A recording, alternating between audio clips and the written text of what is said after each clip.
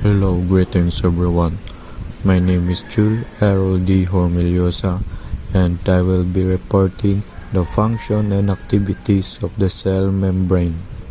The cell membrane, also called the plasma membrane, is found in all cells. Separate the interior of the cell from the outside environment. The cell membrane consists of lipid layer that is semi-permeable. The cell membrane regulates the transport of materials entering and exiting the cell.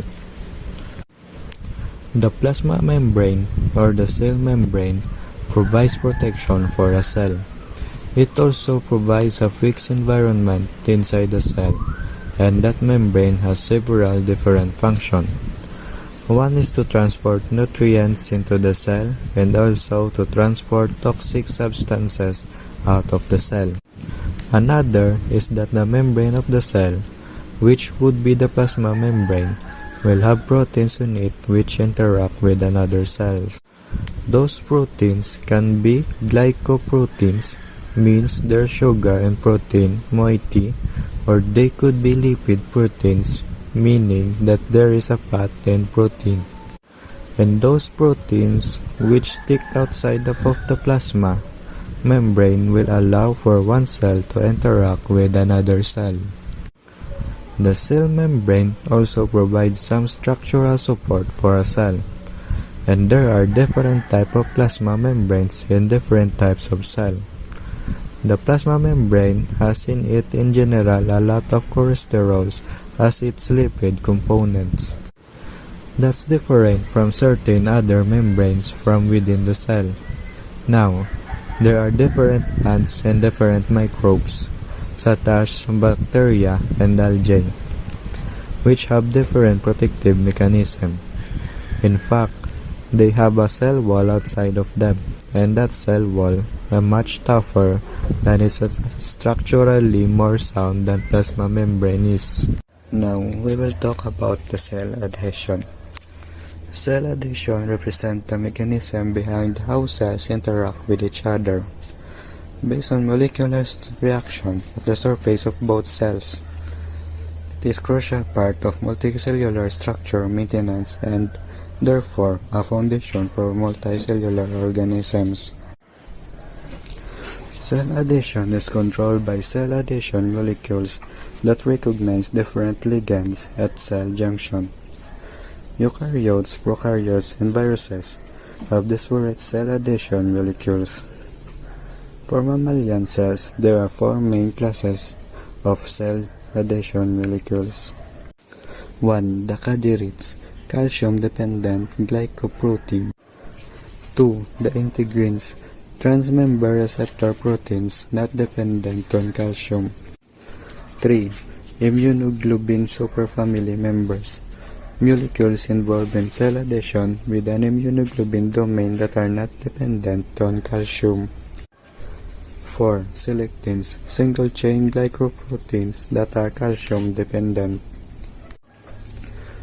Anchoring junction are the specific type of cell junction, where cells attach to one another or to the extracellular matrix. They provide the structural cohesion necessary for tissue formation.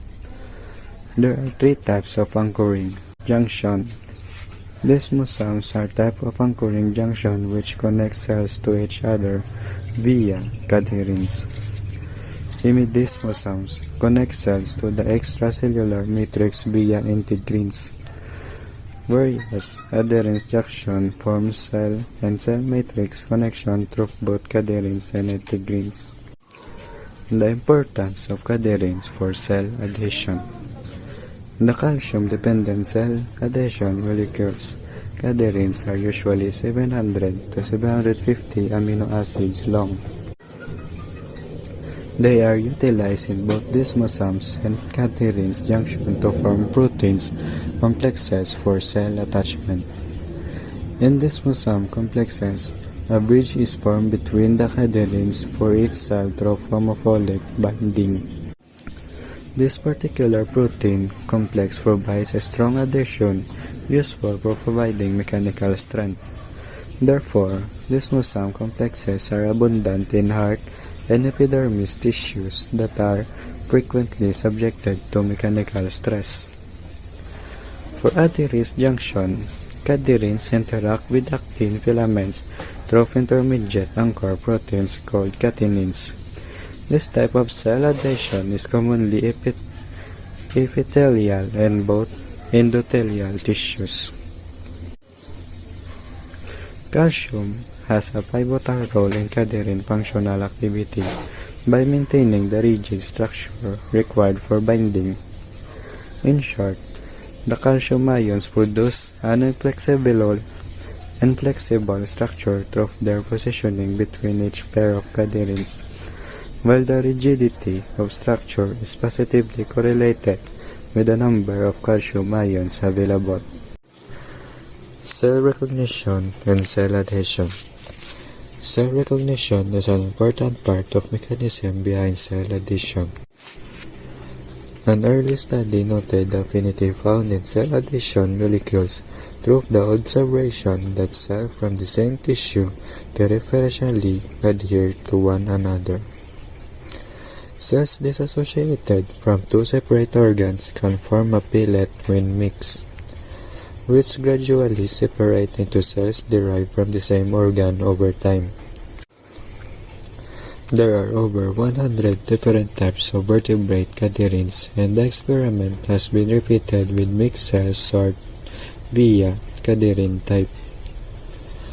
It is these adhesive properties that allow for stable tissue architecture. Albeit more recent assays have observed heterotypic binding affinity. It is believed that kinetic specificity allows cell adhesion molecules to recognize each other rather than broader thermodynamic specificity. Selectins and cell adhesion.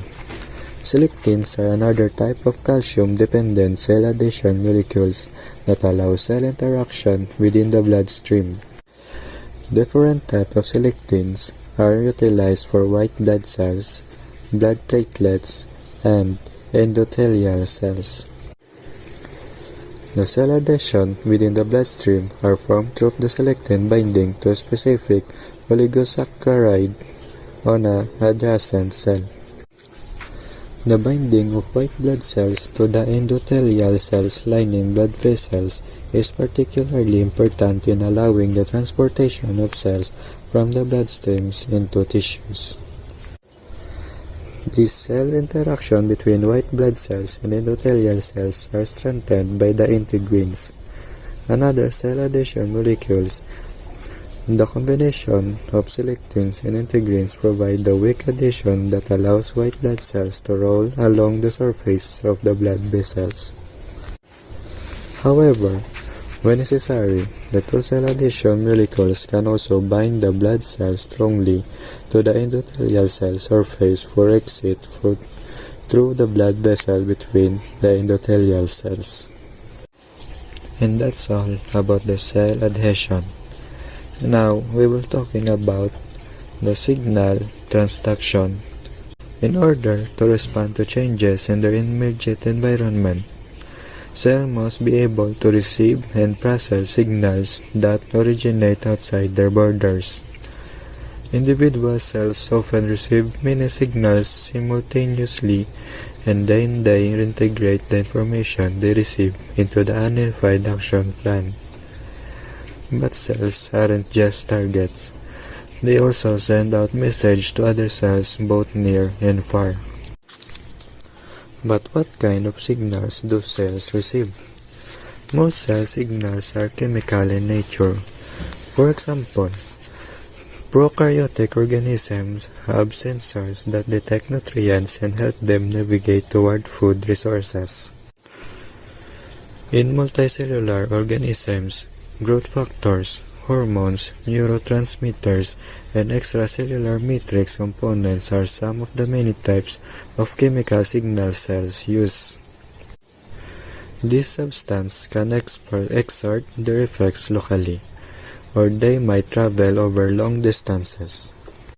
For instance, Neurotransmitters are a class of short-range signaling molecules that travel across the tiny spaces between adjacent neurons or between neurons and muscle cells. Other signaling molecules must move much farther to reach their targets. One example is follicle-stimulating hormone, which travels from the mammalian brain to the ovary, where it triggers egg release. Some cells also respond to mechanical stimuli. For example, sensory cells in the skin respond to the pressure of touch, whereas similar cells in the air react to the movement of sound waves. In addition, specialized cells in human vascular system detect changes in blood pressure. How do cells recognize signals? Cells have proteins called receptors that bind signaling molecules and initiate a physiological response. Different receptors are specific for different molecules. Dopamine receptors bind dopamine. Insulin receptors bind insulin. Nerve growth factor receptors bind nerve growth factor, and so on. In fact, there are hundreds of receptor types found in cells, and varying cells have different population of receptors. Receptors can also respond directly to light or pressure, which makes cells sensitive to events in the atmosphere.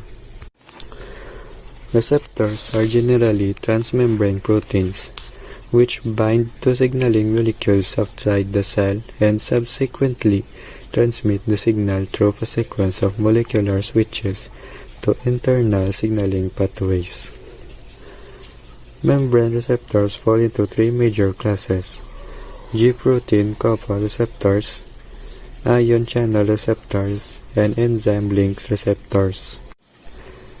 The name of these receptor classes refer to the mechanism by which the receptors transform external signals into internal ones, via protein action, ion channel opening, or enzyme activation, respectively. Because membrane receptors interact with both extracellular signals and molecules within the cell, they permit signaling molecules to affect cell function without actually entering the cell. This is important because most signaling molecules are either too big or too charged to cross a cell plasma membrane. Note: not all receptors exist on the exterior of the cell. Some exist deep inside the cell, or even in the nucleus. These receptors typically bind the molecules that can pass through the plasma membrane, such as gases like nitrous oxide and steroid hormones like estrogen. Activation of receptors can trigger the synthesis of small molecules called the second messenger, which initiate and coordinate intracellular signaling pathways. For example, cyclic AMP is a common second messenger involved in signal transduction cascade. In fact, it was the first second messenger ever discovered. Cyclic AMP is synthesized from ATP by the enzyme adenylyl cyclase, which resides in the cell membrane. The cell activation of adenylyl cyclase can result in the manufacture of hundreds or even thousands of cyclic AMP molecules. These cyclic AMP molecules activate the enzyme protein kinase A, which then phosphorylates multiple protein substrate by attaching phosphate groups to them. Each step in the cascade further amplifies the initial signal. In the phosphorylation reaction, immediate both short and long-term response in the cell. How do signal affect cell function? Protein kinases such as pKa and pKc catalyze the transfer of phosphate groups from ATP molecules to protein molecules. Within proteins, the amino acids serine, threonine, and tyrosine are especially common sites for phosphorylation. This phosphorylation reacts controlled activity of many enzymes involved in intracellular signaling pathways. Specifically, the addition of phosphate groups causes a conformational change in the enzyme, which can either activate or inhibit the enzyme activity. Then, when appropriate protein phosphates remove the phosphate groups from the enzymes, thereby reversing the effect of enzymatic activity. Phosphorylation allows for intricate control of protein function. Phosphate groups can be added to multiple sites in a single protein, and a single protein may in turn be the substrate for multiple kinases and phosphatases. At any time, a cell receives responding to numerous signals, and multiple signal transduction pathways are operating in its cytoplasm. Many points of intersection exist among these pathways. For instance, a single messenger or protein kinase might play a role in more than one pathway.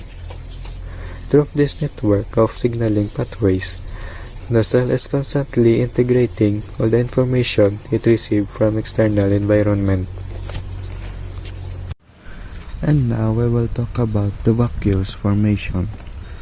Vacuoles, acellular membrane-bound organelles, are the largest compartment of cells, occupying up to 90% of the volume of plant cells. Vacuoles are formed by the biosynthetic and endocytotic pathways. In plants, the vacuole is crucial for growth and development and has a variety of functions, including storage and transport, intracellular environmental stability, and response to injury. Depending on the cell type and growth condition, the size of vacuole is highly dynamic. Different types of cell vacuoles store different substances, such as alkaloids, protein enzymes, inorganic salts, sugar, and etc. And it play important parts in multiple signaling pathways. The discovery history of the vacuoles. The term vacuole was first proposed by the famous French biologist Félix Dujardin and was used to present the blank space of protozoan contractile vesicles. A similar blank space was also observed in the leaves and roots of plants. Thus, the term was also adopted by plant biologists. In the early stage of vacuole research, methods of microscopic observation and neutral red staining indicated that the vacuole was an acidic environment surrounded by membranes. At the end of the 19th century, De Vries believed that vacuoles were formed by special plastid-like precursors called tonoplasts. The vacuole is an important part of many cells. Mature cells of all terrestrial plants, most fungi and algae, except prokaryotic cells, have vacuoles. However, there are no vacuoles in animal cells, and in the immature plant cells, as well as highly mature plant cells, such as stone cells. In mature plant cells, vacuoles can account for 90% of the cell volume. For a long time, the biochemical analysis of this organelle was hindered by a lack of technology, and the majority of knowledge came from the study of yeast bubbles. Some biochemical characterization of vacuoles components and amino acid transfer experiments were performed in yeast.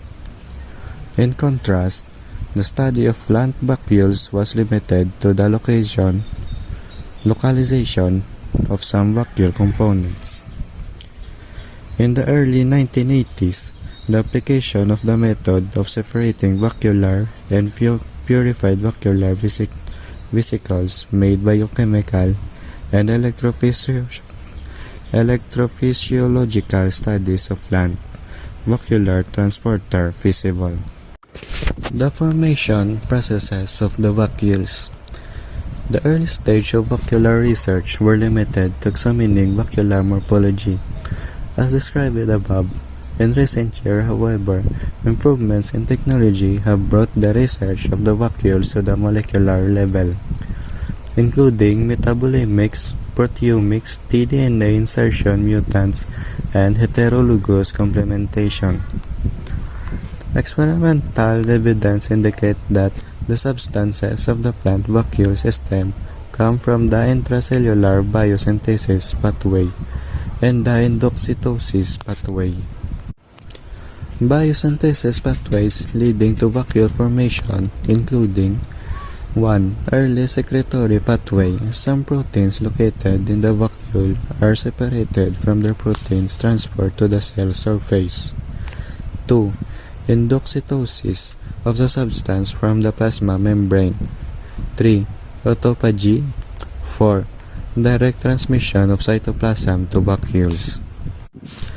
Ultimately, specific proteins enter the vacuole and perform their function through sorting and targeting mechanism. As in animal and yeast cell, the vacuolar transport pathways in plants begin the endoplasmic reticulum. A conventional route of vacuole transport consists of a vesicle transport pathway, including endoplasmic reticulum output, mediated by vesicle in Golgi, and post-Golgi transport.